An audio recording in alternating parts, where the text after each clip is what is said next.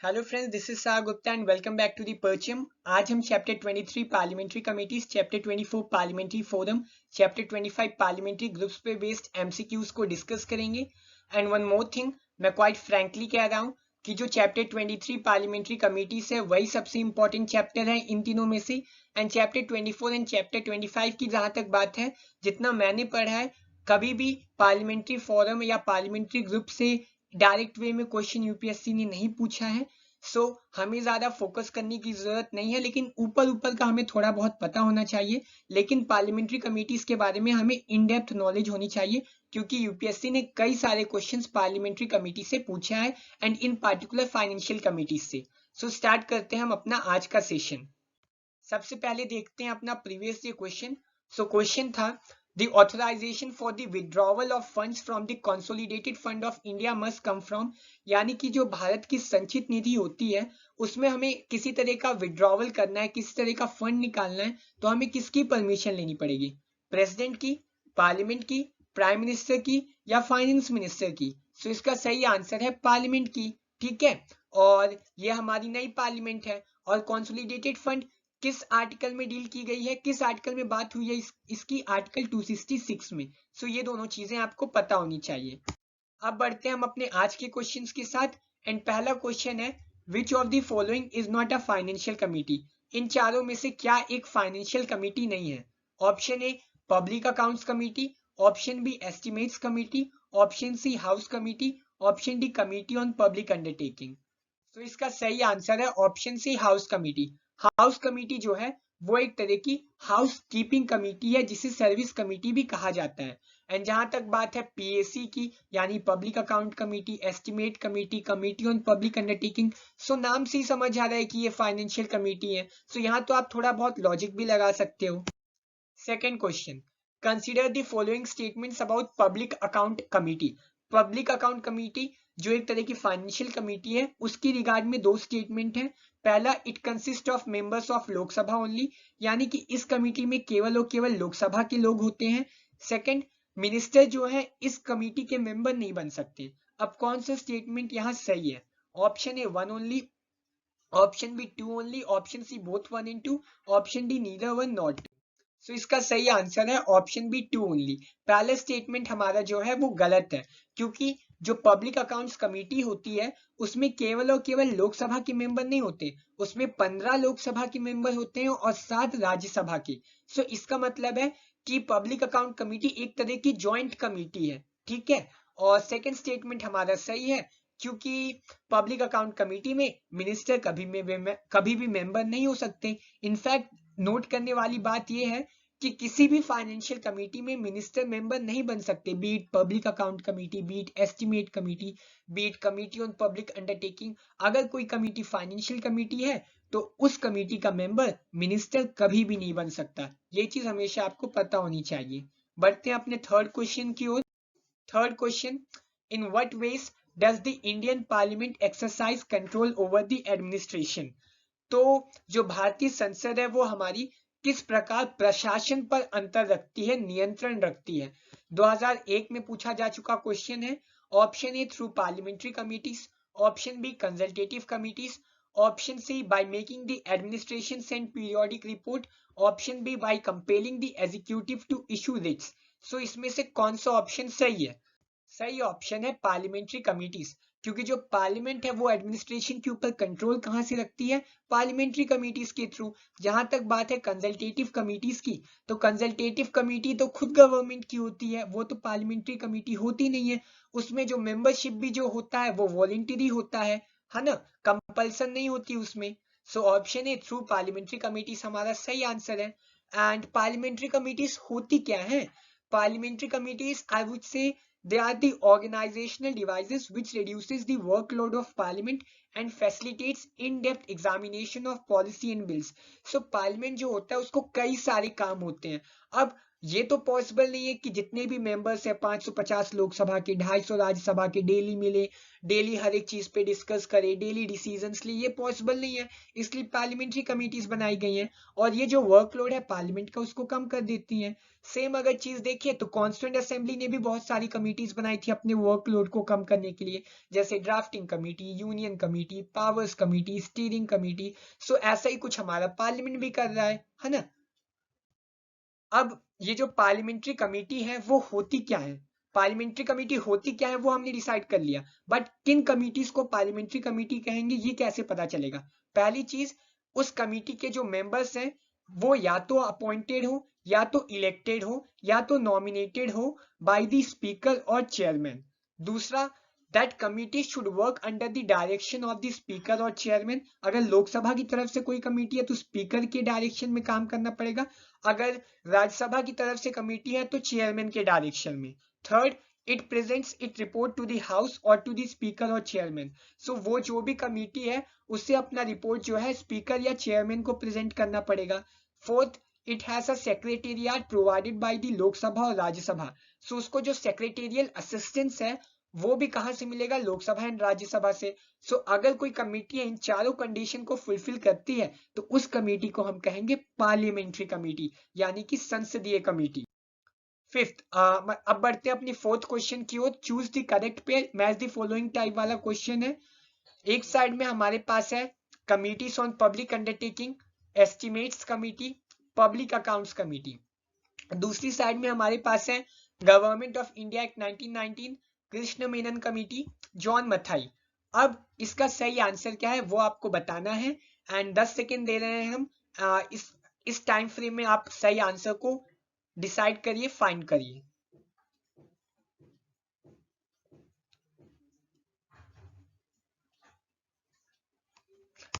सो इसका सही आंसर है ऑप्शन बी। क्यों? क्योंकि जो कमिटीज ऑन पब्लिक अंडरटेकिंग है वो किसके रिकमेंडेशन पे बनाई गई थी, वो बनाई गई थी कृष्ण मेनन कमेटी के रिकमेंडेशन पे, जो कि अपॉइंट की गई थी 1964 में। एस्टिमेट्स कमेटी की अगर बात करें तो एस्टिमेट्स कमेटी बनाई गई थी जॉन मथाई के रिकमेंडेशन पे इन द ईयर 1950। एंड ये है हमारे John Mathai. And John Mathai की बात करें तो वो इंडिया के पहले रेलवे मिनिस्टर थे एंड फॉर्मर फाइनेंस मिनिस्टर भी थे। पब्लिक अकाउंट्स कमेटी वाला जो सिस्टम है वो लिया गया है गवर्नमेंट ऑफ इंडिया एक्ट 1919 से। ओके, और ये सारी चीजें आपको पता होनी चाहिए। और पहली पब्लिक अकाउंट कमेटी भी 1921 में बनाई गई थी, जिसको पॉपुलरली हम बोलते हैं पैक। सबसे पावरफुल पार्लियामेंट्री कमेटी है ये। Fifth, consider the following statement. पहला, Indian parliamentary group is an autonomous body, यानी जो भारतीय संसदीय समूह है वो एक स्वायत्त निकाय है। Second, the membership of IPG is open to all members of parliament, यानी इंडियन पार्लियामेंट्री ग्रुप की जो मेंबरशिप है वो सबके लिए ओपन अप है। अब कौन सा स्टेटमेंट यहाँ इनकरेक्ट है? Option A 1 only, option B 2 only, option C both 1 and 2, option D none of the above. तो इसका सही आंसर है option D none of the above. इसका मतलब क्या हुआ कि दोनों के दोनों स्टेटमेंट हमारे सही हैं। Indian parliamentary group autonomous body है, बिल्कुल सही है। और जो आईपीजी की मेंबरशिप है वो सबके लिए ओपन अप है, ये भी बिल्कुल सही है। सो इनकरेक्ट पूछा था, जब कुछ गलत है ही नहीं तो हमारा ऑप्शन सही कौन सा होगा? None of the above, simple. Sixth, which of the following parliamentary committees scrutinizes and reports to the House whether the powers to make regulations, rules, sub-rules, bylaws, etc. delegated by the Parliament are being properly exercised by the executive within the scope of such a delegation? 2018 में पूछा गया question है। बोल क्या रहा है कि इन चारों में से ऐसी कौन सी पार्लियामेंट्री कमेटी है जो इंश्योर करती है कि जो गवर्नमेंट है वो सही तरीके से रूल्स बना रही है, सब रूल्स बना रही है, रेगुलेशंस बना रही है। सो चार ऑप्शन है, commission on government assurance, committee on subordinate legislation, rules committee, business advisory committee. इसका सही आंसर है कमिटी ऑन सबऑर्डिनेट लेजिस्लेशन। नाम से समझ आ रहा है कि जो सबऑर्डिनेट लेजिस्लेशन यानी कि जो लेजिस्लेट करने की पावर हमने गवर्नमेंट को दे दी है, एग्जीक्यूटिव को दे दी है, उसको उसकी देखभाल करने के लिए जो कमेटी बनाई गई है उसको बोलते हैं committee on subordinate legislation. And ये किस तरह की कमेटी है? It is one of the committee whose function is to do scrutiny and control the government. पहला, जहां तक कंसर्न है कमिटी ऑन गवर्नमेंट एश्योरेंस, वो भी committee to scrutinize and control के अंदर आता है। Rules committee, it is related to day business of the house. Business advisory committee, ये भी the business of the house से रिलेटेड है। एंड ये जो क्या बोलते हैं कमिटी ऑन सबऑर्डिनेट लेजिस्लेशन है, वो राज्यसभा में अलग होती है, लोकसभा में अलग होती है, और दोनों ही हाउसेस की जो सबऑर्डिनेट लेजिस्लेशन वाली कमेटी है उसमें 15 मेंबर होते हैं। ये सारी चीजें आपको पता होनी चाहिए, एंड इनफैक्ट यूपीएससी ने इसको 2018 में पूछा था। 7th, which of the following was the first parliamentary forum? So इन चारों में से parliamentary forum on youth, parliamentary forum on population, parliamentary forum on children, parliamentary forum on water conservation and management, इन चारों पार्लियामेंट्री फोरम में से सबसे पहली parliamentary forum कौन सी थी, ये पूछ रहा है। सबसे पहली पार्लियामेंट्री फोरम थी parliamentary forum on water conservation and management, और ये बनाई गई थी 2005 में। एंड बाकी की बात करें parliamentary forum on youth, population, children, इन सब के सब कुछ 2006 में बनाया गया था। और जो ऑप्शन डी हमारा सही हो जाता है क्योंकि 2005 में इसको बनाया गया था। ठीक। 8th, which of the following committee regulates the program and timetable of the house? निम्नलिखित में से कौन सी समिति सदन के कार्यक्रम और समय सारणी यानी कि टाइम टेबल को नियंत्रित करती है?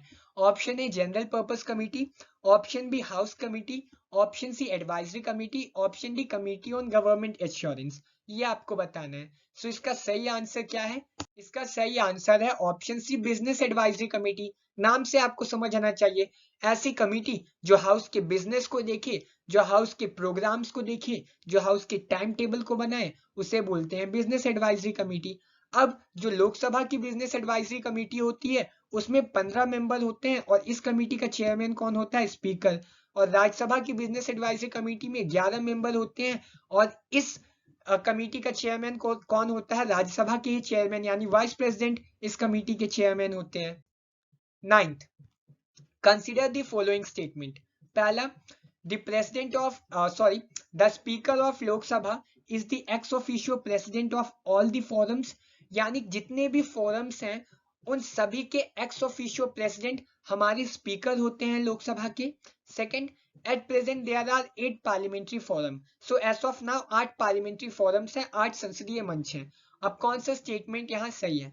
Option A 1 only, B 2 only, option C both 1 and 2, option D none of the above. इसका सही आंसर है ऑप्शन बी 2 ओनली। पहला स्टेटमेंट हमारा गलत है क्योंकि जो स्पीकर होते हैं लोकसभा के वो हर एक फोरम के प्रेसिडेंट नहीं होते। जहां तक बात है parliamentary forum on population and public health की, तो उसके कौन चेयरमैन होते हैं, कौन प्रेसिडेंट होते हैं? राज्यसभा के चेयरमैन यानी कि वाइस प्रेसिडेंट, है ना। और सेकंड स्टेटमेंट हमारा सही है क्योंकि एज ऑफ नाउ केवल और केवल 8 पार्लियामेंट्री फोरम है। ऑप्शन बी 2 ओनली हमारा सही है। अब ये 8 पार्लियामेंट्री फोरम्स कौन कौन सी हैं?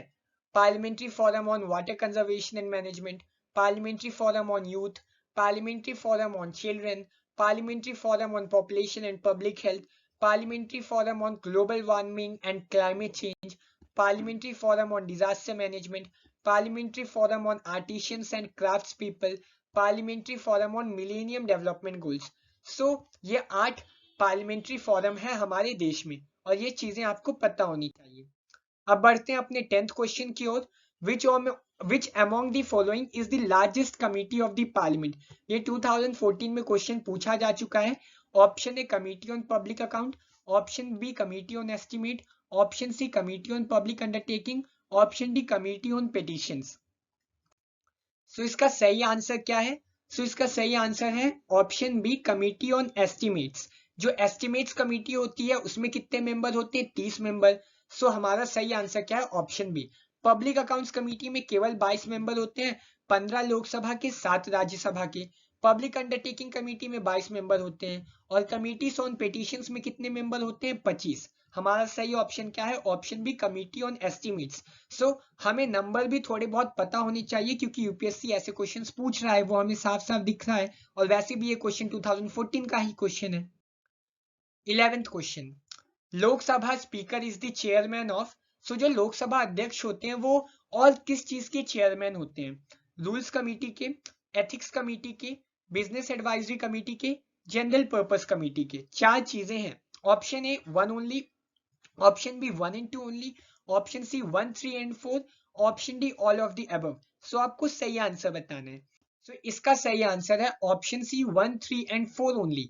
Rules committee, business advisory committee and general purpose committee के चेयरमैन कौन होंगे? लोकसभा स्पीकर।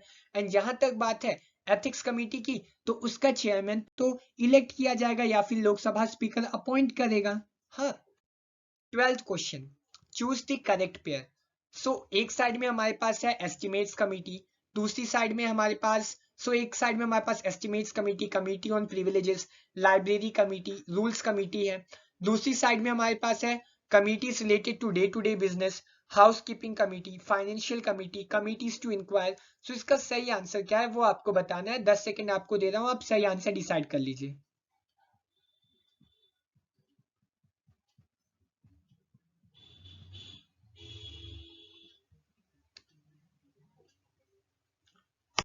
इसका सही आंसर है ऑप्शन बी। ऑप्शन बी क्यों?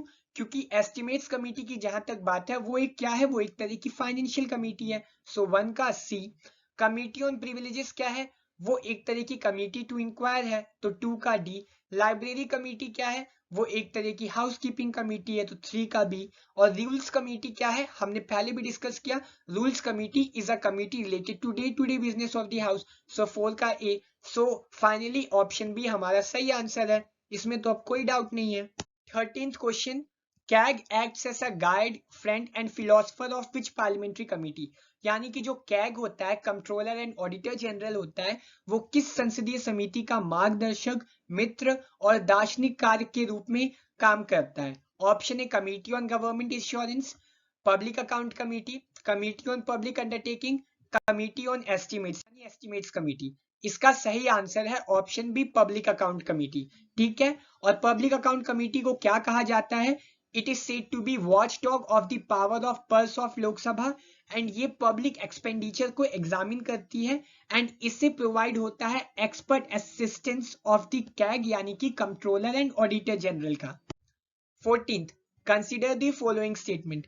पहला, the chairman of the public account committee is appointed by the speaker of the लोक सभा, यानी कि जो लोक लेखा समिति होती है उसके अध्यक्ष की नियुक्ति लोकसभा के अध्यक्ष द्वारा की जाती है।